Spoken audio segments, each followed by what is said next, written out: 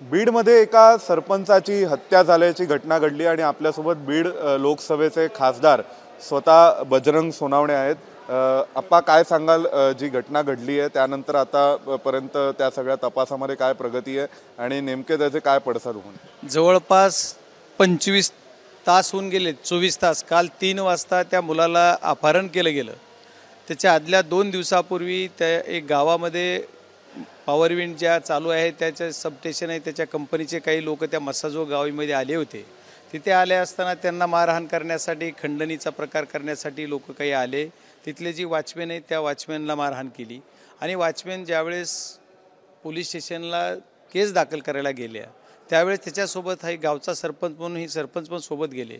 तू त्यांच्यासोबत का गेलास हाच एक राग धरून मनात किंवा काय थोडंफार जी घटना घडली असेल तुम्ही करण्याच्या आदल्या दिवशी त्याचा एक राग धरून या सरपंचाला उचलून नेलं गेलं आणि या सरपंचाला तिथनं उचलून नेऊन एक 3 वाजता उचललं आणि 6 वाजता तर त्याची बॉडीच सापडली डायरेक्ट. म्हणजे हे बीड जिल्ह्याला न शोभनीय काम हे लोक करतायत आणि याला कुणीतरी पाठीराखा आहे असं माझं मत. मी कालही बोललो मीडियाशी, आजही परत तेच बोलतोय. मी पोलीस SP काल जवळपास 7-8 वेळेस फोन केले. पोलीस SP मला रिस्पॉन्ड केलं नाही आहे. तिथल्या PIशी बोललो त्यावेळेस त्यांनी बोलले. SP मी मेसेजेस केलेले आहेत, SP रिस्पॉन्ड केलेलं नाही आहे. SP जर एक खासदाराचा फोन उचलत नाहीत की या मॅटरमध्ये मी त्यांना विनंती करत होतो. त्यांचे माझं रात्री परत बोलणं झालं. मग रात्री मी त्यांना 12-1 वाजेपर्यंत बोलत होतो. तिथल्या गावातील लोकांच्या प्रतिक्रिया खूप तीव्र होत्या आणि गाव आणि सर्व परिसरातील सर्व लोकांना हा एक गोरगरिबाच्या लोकांनी जगावा की नाही जगावा हा विषय त्यांच्या मनात भीतीचं वातावरण तयार झालं आहे. कारण आमच्या जिल्ह्यामध्ये प्रत्येक घटना अशा वेगळ्या वेगळ्या होत्यात. हाच विषय ताजा असताना परळीमध्ये सुद्धा एका दुबे नावाच्या एका कुठल्या तरी मुलाचं एका अपहरण झालं गेलं, त्याच्याकडून काही व्यवहार झाला आणि त्याला सोडलं. ही पण बातमी आता मी बघतोय आणखी. म्हणजे अशा घटना वारंवार होतात आणि हा मुलगा कुठल्याही ह्याच्यात नाही. याला राजकारणाचं वळण मी कधीही देणार नाही आहे, पण गुंडशाही, दडपशाही आणि हा जो प्रकार चाललेला आहे की खंडणी, या कंपनीचे जे लोक आहेत तिथले 2-4 कंपन्या आहेत की त्या विंड पॉवरचे जे करतायत काम, त्या कंपनीच्या सर्व लोकांना सुद्धा याच्यात दोषी धरलं पाहिजे आणि जे कुणी ह्याच्यात करतायत जो माणूस आहे तो मुख्य आरोपी आणखी अटक झाला नाही आहे. पोलिसांकडून मला आता त्याविषयीच मी प्रश्न विचारणार होतो की सरकारच्या वतीने सांगण्यात येते की कारवाई झालेली आहे, ताबडतोब आरोपी पकडले जात आहेत. त्यांचेच एक नातेवाईक भाजपचे आमदार सुद्धा आहेत. तुम्ही या सगळ्यामागे कोणाला जबाबदार धराल? हे घडण्यामागे, हे घडवण्यामागे कोणता अँगल आहे? आणि पोलिसांनी जी कारवाई केली आहे ते सांगितलं जाते सत्ताधारी पक्ष. पोलीस आणि सत्ताधारी पक्ष काय सांगतो याच्यापेक्षा लोकांच्या भावना किती तीव्र आहेत, लोकांना किती बीड जिल्ह्यामध्ये वाईट वातावरण चाललेलं आहे, कुठल्या वळणावर जिल्हा चाललेला आहे हे सर्वात महत्त्वाचं आहे. याला दोषी कोण आहे तर ज्यांनी कारवाई करतायत अशाने याला कोण पाठराखण करत आहे हे दोषी आहेत. ह्या बीड जिल्ह्यामध्ये असे प्रकार घडणे वारंवार होत आहे. मागे एक 302 ज्याला जी जुनं कलम होता आता नवीन काय असेल असे मर्डरचे केस बीड जिल्ह्यामध्ये झाल्या गेल्या. आत्ता परत ही एक तुम्हाला डायरेक्ट किडनॅपिंग आणि टॉर्चर करून मारलं त्याला. त्याचे डोळे बघा, त्याचा फोटो बघा, त्याचे फोटो वगैरे जर बघायचे झाले तर माझ्याकडे फोटोग्राफ्स आहेत भरपूर. त्याचे तुम्ही कोणाला म्हणजे पाठराखण करताय असं तुम्ही पाठराखण केली जाते असं तुम्ही म्हणताय? कोणाकडे माझा कुणाकडेही रोख नाहीये. माझं जे कुणी काही करत असेल या सर्वांना हे सांगायचं आहे की अशा प्रकारचे जी घटना आहेत, अशा प्रकारच्या घटना करणारे जे लोक कुणी असतील ते चुकीच्या पद्धतीनं आहेत. त्याच्यामुळे त्यांना जे कोणी सपोर्ट करतं आहे, कारण ज्या दिवशी हे बघा सर्व मी यांना सर्वांना सांगतो याची की काय परिस्थिती आहे. मीडियाला लोकल माझ्या सगळ्या बातम्या आलेल्या आहेत, त्याच्यामध्ये याच्यामध्ये पेपरमध्ये त्याची किती म्हणजे जी बॉडी दिसती, बॉडीची काय हाल केलेले दिसत आहेत. शरीराच्या डोळेवर जखमा केल्यात, कपाळावर जखम आहे, पोटावर जखम आहे, अशा निगरून हत्या केली.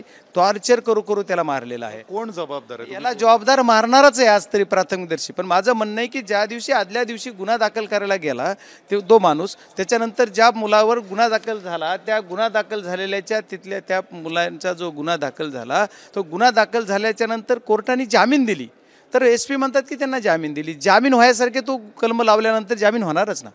जर त्यांनी खंडणी मागायला आले होते, त्यांनी त्याच्या ऑफिसमध्ये जाऊन मारहाण केली, तर त्यांच्यावर 353 जुनं कलम, आता नवीन मला नाही सांगता यायचं, जी की ऑफिशियली अडथळा किंवा प्रत्येक कामामध्ये अडथळा, शासकीय कामात अडथळा या नावाखाली त्याच्यावर गुन्हा केला असता तर त्याची बेल झाली नसती. त्याची बेल पोलीस यंत्रणेने कुठला तरी थातुरमातुर गुन्हा लावायचा आणि त्याची बेल करून द्यायची.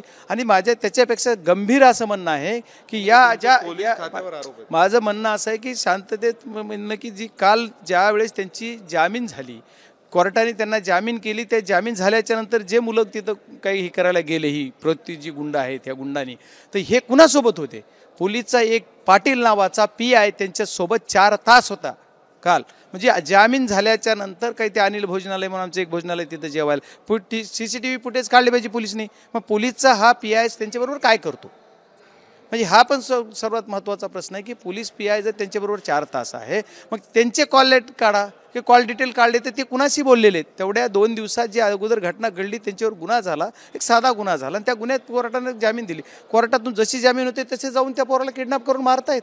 म्हणजे काय प्रकार आहे हा? माझं आजच्या प्रथमदर्शी तरी माझं सर्वात म्हणणं आहे की पोलीस यांना प्रोटेक्शन देत आहेत. आमच्या इथं हा कायद्याचं राज्य राहिले नाही आहे.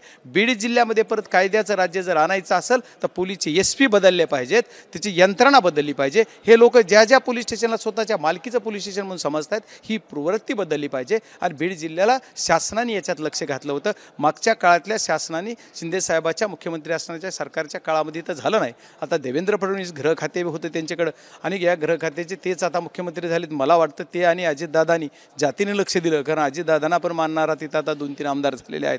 भाजपचे 2 आहेत, आमचा एकच आमदार आहे. म्हणजे सगळ्यांचा 3 ह्याचा जिल्हा. एकनाथ शिंदे साहेबांची ताकदच त्या जिल्ह्यातली कमी वाटली तर ह्यांच्या सर्वांची आमची तिथं ताकद आहे. यांनी जर सरकारमधल्या या 2 पक्षांनी, आम्ही ते विरोधात आहेत, यांनी जर लक्ष घातलं तर ही गुन्हेगार सापडायला वेळ लागणार नाही. पण यांनी आम्ही तपास करतोय, तपास झालाय, कुणीतरी एक थातुरमातुर 2 माणसं कुणीतरी उचलायचे, त्यांनी घेतले, मग त्यांचे मोबाईल सापडले म्हणतात आणि ते गाडीत मोबाईल ठेवून गेले. अशा खोट्या बातम्या जी मीडियाला देत आहेत पोलीस यंत्रणा, याच्यावर माझा पूर्ण म्हणजे भरोसा नाही आहे पोलीस यंत्रणेने. आणि आम्ही सहकार्य करायला तयार आहेत. आमचे जे लोकांच्या भावना आहेत, आज तिथं सगळे उपोषणाला बसलेले आहेत रोडवर, या महिलांसहित बसलेले आहेत, हे सुद्धा सहकार्य करतील. बस ठोस सांगा तुम्ही की आम्ही काय करू. तुम्हीच पळायला मदत करताय का? तुमचा PI निलंबन झाला पाहिजे त्या PIचा अगोदर. जो ज्या PIनं हे करतोय त्यांच्याबरोबर किडनॅप करायच्या अगोदर 2 तास तो PI बरोबर आहे, त्या PIचं काय? तर आपल्यासोबत होते बजरंग सोनावणे, जे बीड जिल्ह्याचे खासदार आहेत आणि त्यांनी काही गंभीर प्रश्न उपस्थित केलेले आहेत पोलीस प्रशासनावर आणि तिथल्या स्थानिक पोलीस अधिकाऱ्यांवर सुद्धा. व्हिडिओ जर्नलिस्ट वेद पांडेसह सोमेश कोलगे, ABP माझा, नवी दिल्ली.